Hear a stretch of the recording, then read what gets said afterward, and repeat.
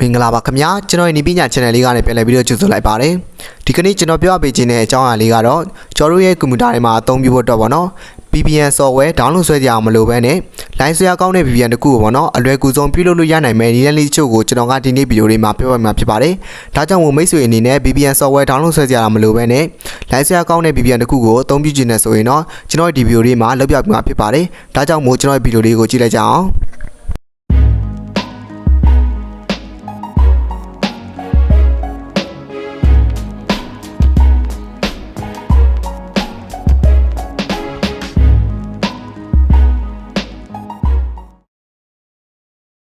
နံပါတ်1အနေနဲ့ကတော့ကျွန်တော်တို့က browser တစ်ခုကိုအရင်ဆုံးဝင်ရမှာပဲဖြစ်ပါတယ်။ဒါကြောင့်မို့ကျွန်တော်ရှိမှရှိတဲ့ Chrome ဖြစ်ဖြစ် Firefox ဖြစ်ဖြစ် browser တစ်ခုကိုအရင်ဆုံးဝင်လိုက်ပါမယ်။ browser ရဲ့တောင်ဆုံးကအဆက်430တဲကိုကျွန်တော်တို့ကဝင်လိုက်ပါမယ်ဗျာ။ပြီးရင်တော့ extension တွေကိုတွားလိုက်ပါမယ်။ extension ထဲမှာဆိုရင်တော့ visit Chrome web store တွေကိုကျွန်တော်တို့ကထပ်ပြီးတော့ဝင်လိုက်ပါမယ်ဗျာ။ပြီးရင်တော့ web store တွေကိုရောက်ပြီးဆိုတော့ search box ကနေကျွန်တော်တို့က free VPN ဆိုပြီးတော့ရိုက်ရှာပေးရမှာဖြစ်ပါတယ်။ဒါဆိုရင်တော့ကျွန်တော်တို့တွေ free VPN တွေကိုတွေ့ရဖြစ်ပါတယ်ဗျာ။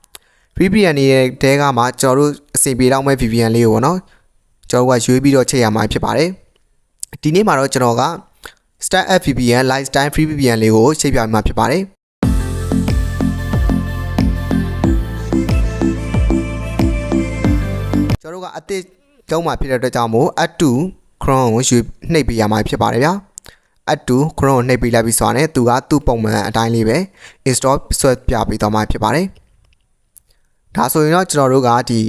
ခုန Lifetime VPN လေးကပေါ့နော် Start App VPN လေးကသူ့ဘာသူ install ဆွဲနေရဖြစ်ပါတယ်ကျွန်တော်တို့ကနှိပ်ကိုပဲနှိပ်ပေးလိုက်ပါ Server across the globe ပေါ့နော်ဒီမှာဆိုရင်တော့ကျွန်တော်တို့ကအကောက်ရှိပြီးသားဆိုရင်တော့ကျွန်တော်တို့ရဲ့ email နဲ့ပေါ့နော်ပထမ password နဲ့ဝင်လိုက်အောင်ပါပဲဒါမှမဟုတ်ပဲကျွန်တော်တို့ကအကောက်တစ်ဖွင့်နေတာဖြစ်တဲ့အတွက်ကြောင့်ဆိုရင်တော့အောက်က create အကောက်ကိုနှိပ်ပြီးတော့သုံးလို့ရပါတယ်ဒီမှာကတော့ကျွန်တော်ကလက်ရှိစမ်းပြပေးနေတာဖြစ်တဲ့အတွက်ကြောင့်မို့ scan နဲ့သွားလိုက်ပါမယ်ဗျာပြီးရင်တော့ကျွန်တော်တို့က create ကိုပဲနှိပ်ပြလိုက်ပါမယ်ဒီမှာဆိုရင်လည်းသူ့ရဲ့စကားဝက်လေးတွေကိုပေါ့နော်ကျွန်တော်တို့ကဖြည့်ပေးရမှာဖြစ်ပါတယ်ပြီးရင်တော့ continue ကိုပဲနှိပ်ပြလိုက်ပါဒါဆိုရင်တော့ကျွန်တော်တို့တွေ VPN နဲ့ကိုရောက်သွားပြီပေါ့နော် Start App VPN နဲ့ကိုရောက်ပါပြီ Start App VPN နဲ့ကိုရောက်ပြီဆိုတော့ကျွန်တော်တို့ဒီမှာဆိုရင်တော့ free VPN လေးရှိတာပေါ့နော် free VPN လေးမှာဆိုရင်တော့ကျွန်တော်တို့ United States နဲ့ United Kingdom ကနေဒါပေါ့နော် Switzerland တို့ဘာလို့ Sweden တို့ရှိပါတယ်ဒါဆိုရင်တော့ကျွန်တော်ကဒီ United States region ပေါ့နော်အကောင့်လေးကိုအရင်ဆုံးချိန်ပြမှာဖြစ်ပါတယ်။ line ဆွဲရကောင်းတာကတော့ကျွန်တော်တို့ United States နဲ့ United Kingdom ကတော့ဗောနော် line ဆွဲရတော့ကောင်းပါတယ်ဒါကြောင့်မို့သူတို့ရဲ့ test speed တွေကိုကျွန်တော်ကအရင်ဆုံးစစ်လိုက်ပါမယ်။ test speed တွေကိုကျွန်တော်ကဝင်လိုက်ပါမယ်ဗျာ။ဒီကောင်နေဆိုရင်ကျွန်တော်တို့ဒီ VPN software download ဆွဲကြရတာမလိုပဲねဗောနော် browser extension တွေကနေသွားပြီးတော့ကျွန်တော်တို့က VPN install ဆွဲပြီးတော့သုံးလို့ရတဲ့နည်းလမ်းလေးပဲဖြစ်ပါတယ်။အခုနောက်ပိုင်းမှာဆိုရင်တော့ကျွန်တော်တို့ဒီ software တွေ download အတွက်ဆိုရင်တော့ကွန်ပျူတာမှာ website တွေဝင်တဲ့အခါမှာတော့ VPN မခံဘဲနဲ့ဝင်လို့မရတော့တာကိုတွေ့ရပါတယ်။ဒါကြောင့်မို့ website တော်တော်များများဝင်တဲ့အခါမှာလည်း VPN လေးတွေအသုံးပြုမှာပဲအဆင်ပြေတော့မှာပေါ့နော်။ဒါကြောင့်မို့extension VPN ကိုထုတ်ပြီးသုံးတာကတော့ကျွန်တော်တို့ဒီ VPN software download ဆွဲပြီးသုံးတဲ့ဆိုင်ရင်တော့ပို့ပြီးတော့အဆင်ပြေပါတယ်ဗျာ။ဒါကတော့သူအခုမှစပြီးတော့လောက်ခါစားဖြစ်တဲ့ကြောင့် one map ပဲတက်တာပေါ့နော်။ဒါကြောင့်မို့ကျွန်တော်ကထပ်ပြီးတော့ဘယ်လောက်မှတက်လဲဆိုတော့တစ်ချက်ထပ်ပြီးတော့စစ်ပါမယ်ကျွန်တော် free VPN နဲ့သုံးရတဲ့စာရင်တော့ line ဆွဲရတော့ကောင်းတာပေါ့နော်သူဒီမှာဆိုရင်တော့ကျွန်တော်စမ်းကြည့်တဲ့အနေထားမှာကတော့ United States နဲ့ United Region မှာဆိုရင်တော့ speed ကပို့ပြီးတော့မြန်တာပေါ့နော် United States United Kingdom မှာဆိုရင်ကျွန်တော်တို့ဒီ